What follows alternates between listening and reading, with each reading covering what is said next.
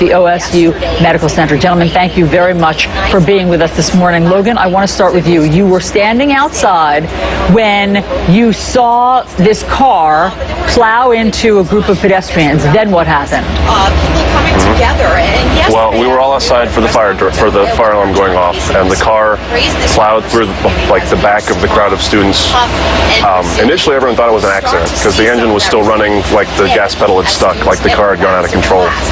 So everyone was checking to make sure that the people who had hit were okay and that the driver was okay.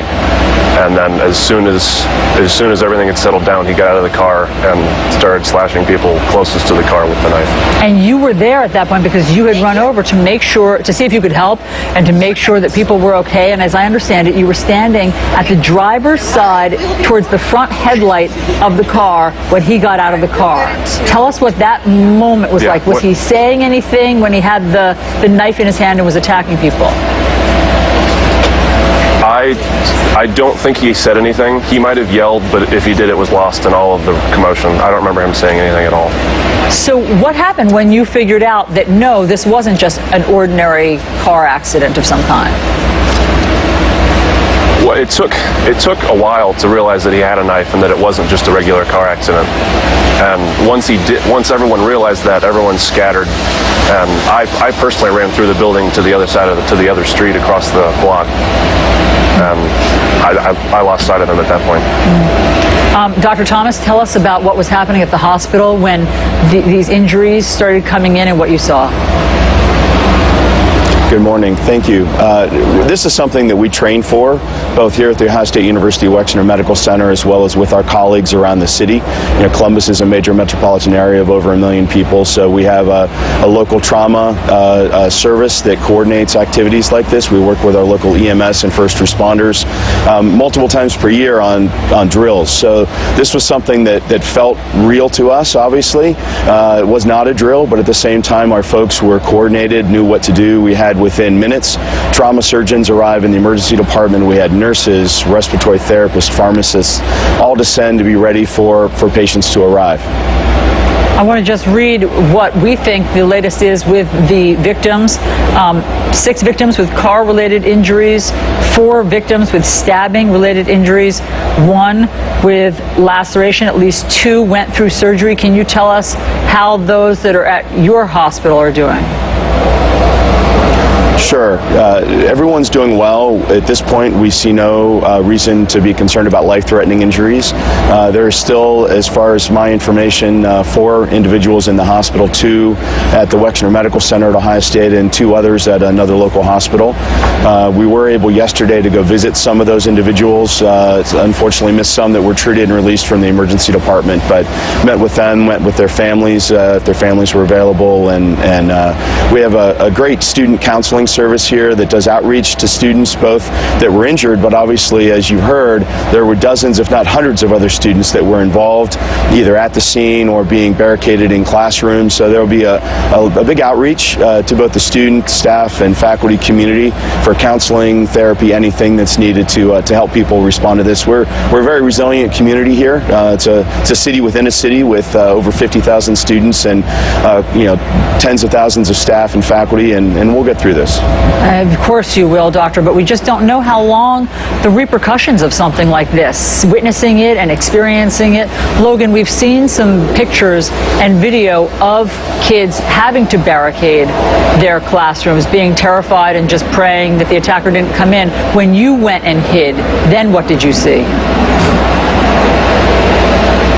I didn't get to see a whole bunch once I got inside because they had already taken down the knifeman in the car and the shooters were on the other edge of campus. So everyone was inside being safe, but I really didn't get to see anything in the classroom I was in because I was close to the initial incident. Yeah, no, I guess I mean that inside, what was the reaction of students who were scared and trying to hide? Everyone was on edge. No one was freaking out in the area I was. Everyone figured it was under control because we were near the biggest section of policemen on campus at that point. Everyone close to me felt safe, more or less. And Logan, I read that you have a regret that you weren't able to tackle the attacker and to stop him. And Logan, I just hope that you will be able to get past that, because everyone understands that you did the best you could, as did everyone in that situation. And we're so grateful for the officer who showed up so quickly and was able to take him out. Yeah. Doctor. There's no doubt he's the true hero in the situation. Absolutely. Dr. Thomas, Logan Chapman, thank you very much for being here. Best of luck to you guys. Thank you.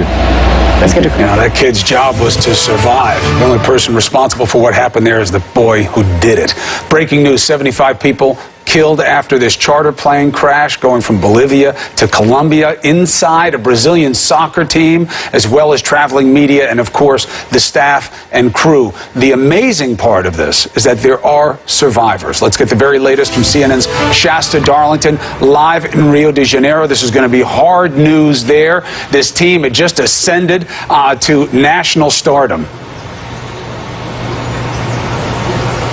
That's right, Chris. This really is being treated like a national tragedy. But as you said, there is the silver lining. There are now 6 survivors. Just a few minutes ago, we thought it was only 5. But as rescue workers pulled aside the fuselage, they found a 6th person who survived under that fuselage. This has been difficult work, very rainy conditions. Of course, the crash occurred just outside of Medellin, Colombia, right around 1 a.m. So there are 5 survivors in the hospital. They've just found the 6th. We know that 2 of them are from the Chapecoense Brazilian soccer team.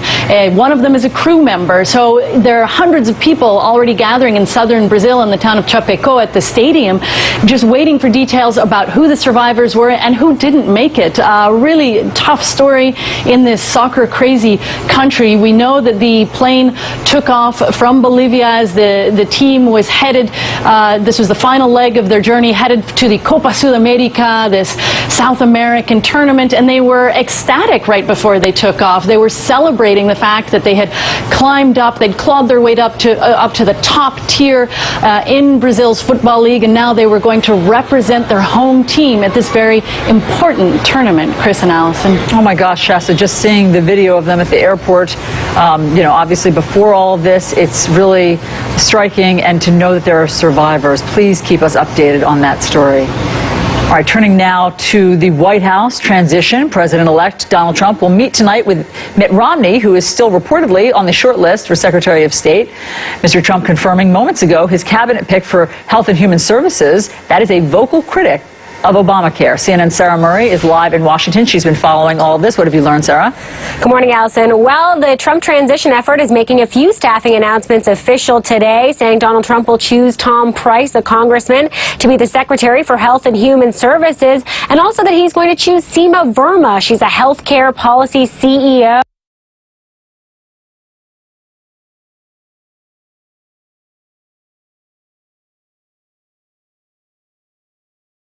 Tom Price, a fierce critic of Obamacare, to lead the Department of Health and Human Services. The most important thing that the American people do, their health care. And after this teaser from Vice President-elect Mike Pence Monday evening, there'll be a number of very important announcements tomorrow. More announcements could be in the pipeline today. Thank you. But on one of the thorniest issues, who will fill the coveted position of Secretary of State, it appears Trump is still pondering his options.